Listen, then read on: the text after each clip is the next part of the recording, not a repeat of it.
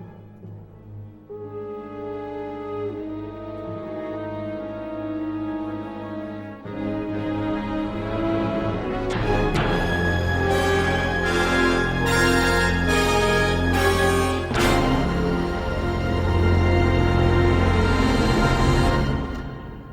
hello, you insouciant long pigs. It is I, SG1, your purveyor of plastic. Review of Starships. Join me as I review, deep and delve into the mist of Star Trek and tell you about a fucking spaceship. This time we've got Star Trek Official Starship Collection, issue number 156, the U.S.S. Melbourne Nebula class. What does it say on there? NCC-62043, which was also assigned to a Excelsior class, but more on that in a moment. But as per usual, we've got the nice glossy magazine and the spaceship as well. I can't talk anymore. So we shall get a crack on, shall we? U.S.S. Melbourne Nebula class, type Starship. No, really. Affiliation Federation. Should have been Nebula class, but there you go. Launch 24th century, length 242 meters approx. Max speed warp 9.5. Weaponry, phasers and photon torpedoes. Destroyed stardate, circa stardate 44002.3. Yes, we are travelling back to Wolf 359. And I believe the last of the Wolf 359 ships. And then we've got a lovely CG render of the ship itself. The U.S.S. Melbourne was a variant of Starfleet's Nebula class, which was operational in the 24th century. It was thought to be a prototype developed during the Nebula class prototype. The Melbourne was part of a hastily assembled fleet of 40 starships under the command of experienced Admiral Hansen. The fleet engaged the Borg in combat at Wolf 359, but the fight did not go well. Hansen contacted the Enterprise during the battle, but the communication was abruptly cut off, i.e. the ship was destroyed. And then we've got a lovely aft view of it there, doing really nice as well. Got some images of Best of Both Worlds Part 2 and Part 1, Part 2. Yes, I believe we've now got all of these ships. I don't think we're missing any from that fleet, which is good. 2 starships named Melbourne were present at the Battle of Wolf 359. The Nebula class prototype and Excelsior class, but neither survived the battle. In 2266, Commander William Riker turned down the captaincy of the Melbourne, but there was some doubt into which of the two this was. A Romulan plot later placed Riker on a holodeck simulation, potential future.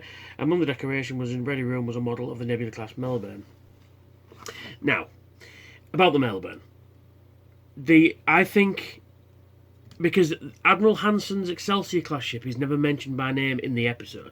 The Enterprise rendezvous with it for a few hours, and then it goes off to battle Wolf 359. I think the effects guys and people like that just took the stickers off this model, put them on the Excelsior, and named that. Gives it a bit of continuity, if that makes sense. Because why would Admiral Hansen be on an Excelsior class and then transfer his flag to a Nebula class if he was already captain of that ship? You know, something like that anyway. That's my just headcanon. And, you know, that's all I like to think of it. Anyway, we've got topographical view. Very nice, very nice, very nice. Other example of Nebula class starships were the Phoenix, Sutherland, Farragut and Bellerophon. It was also one of the ships destroyed at Wolf 359. Yeah, it's got a very Voyager colour scheme on there. As you can see, it's all more grey. It's got like a light blue grey, and then the phaser banks are a bit more sort of coloured. It's got like a Voyager kind of look to it. It's no bad thing. Then we've got Ed Meriaki. I'm sure I'm saying that wrong. Melbourne designer Ed Meriaki followed his dream to work as a model and prop maker on Star Trek Next Generation, and it's an interview with him, and you can see him holding up various props. We've got the 1701, which was from it's the one Greg Ginn built in Deep Space Nine. We've got the Klingon ship Groff, we've got the Enterprise E. That is a big ship, and then we've got the Enterprise E down there as well, and then a picture of the man himself. And then we've got the Melbourne prototype, which is these surfaced a number of years ago on various websites, showing you the models of these guys, really close-up models. And then we've got some Cardassian ship there. We've got the shuttle bay and Deep Space Nine and stuff like that, which is really cool. So, design highlights. Design of Melbourne, the Romulan holodeck. He restored Deep Space Nine.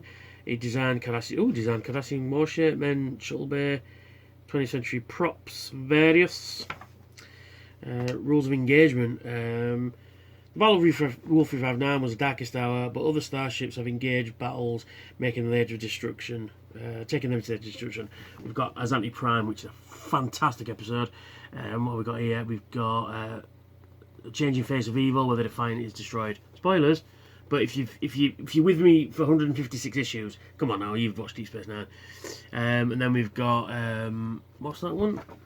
More Azanti Prime and more. The Defiant's been destroyed in that picture there. I couldn't see it because it was mirrored. You see. Then we've got the Jem'Hadar. We've got the Sacrifice of Angels. We've got the Ultimate Computer.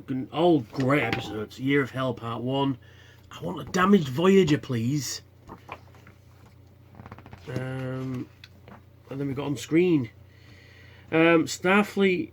First of all, first appearance, Best of Those Part 2, TV appearance. Next Generation Deep Space Nine. Yes, this model was actually on Cisco's in Cisco's office. Next to, I believe, the Saratoga and the International Space Station.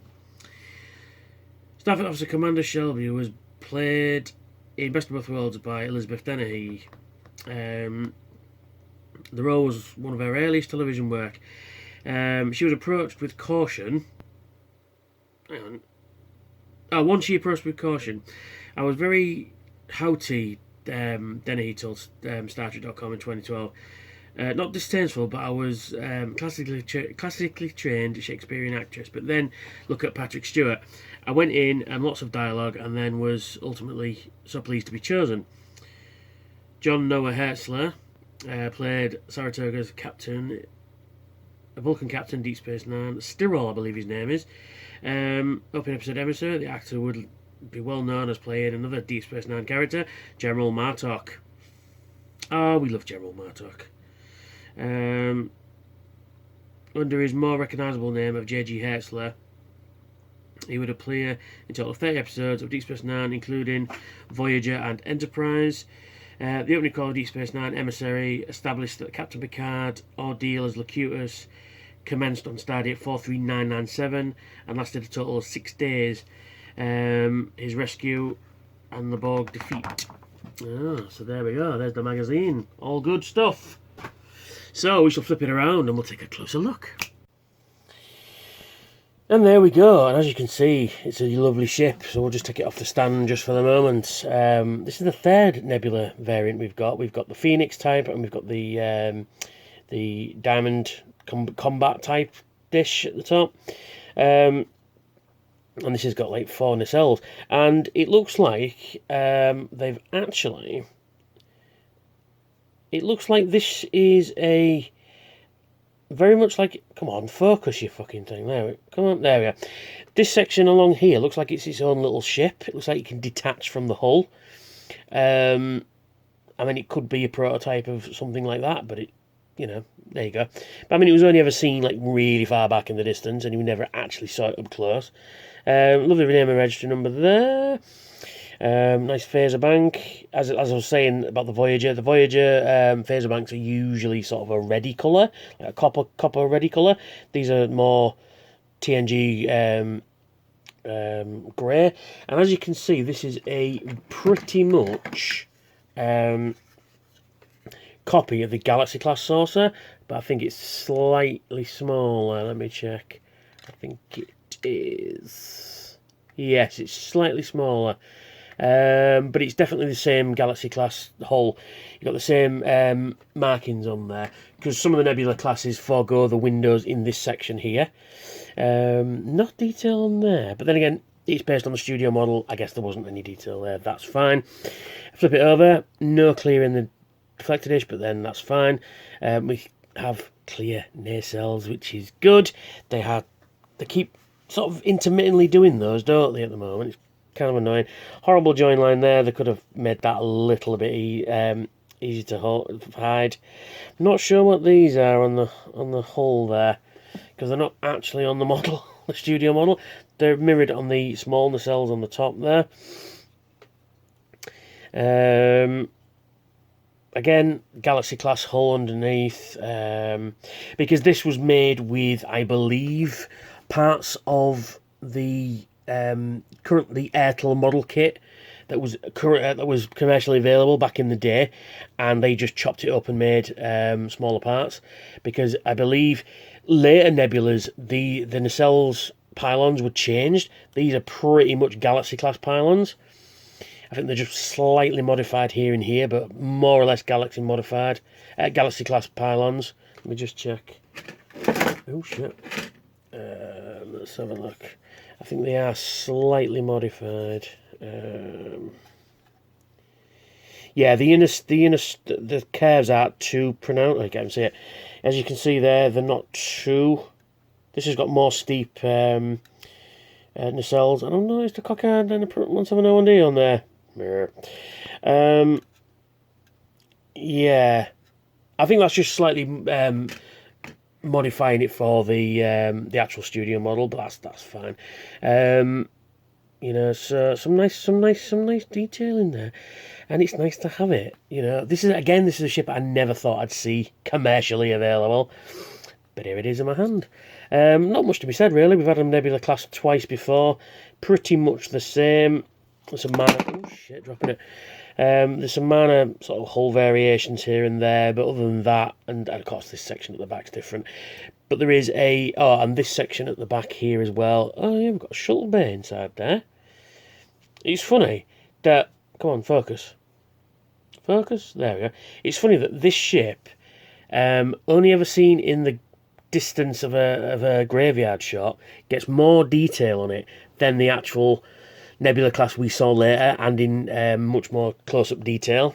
But there you go. Come on, there we go. But other than that, very nice indeed. Do I recommend this? Yes, I think you should. It's the last Wolf 359 ship that we're going to get, I think. I don't think there's any more that they could pull out. Otherwise, I think there's just... I think there is a Nebula, there is an Oberth class destroyed and a hull of a Constitution class, depending on which version of the episode you watch. But other than that, I don't think there's any more new designs that I can think of off the top of my head. Well, we got the stand, nice stand, usual stand, and it says on the bottom there, U.S.S Nebula prototype 806AA, which is nice. And you put it on there, and it's fairly stable on there for a ship, for a change. Fairly stable indeed. My Gundam kit fell down and broke all over, and broke his little lightsaber thing, which is always good. So yeah, very nice. Stands on the model, very nice, and it's another Federation ship. Now this is the third Nebula class. I want my Venture Galaxy with the Future Enterprise nacelle add-ons there. Come on now, lads. Come on. But anyway, thanks for watching. If you do like what I do, why not consider subscribing, hit that notification bell, become part of the notification squad, tell you when I've got new videos out. Check out my other previous Star Trek reviews there. And why not check me out on Patreon? I've got some cool rewards out there. And hopefully I can get some bigger, better equipment and some hot toys to review would be nice. Yes.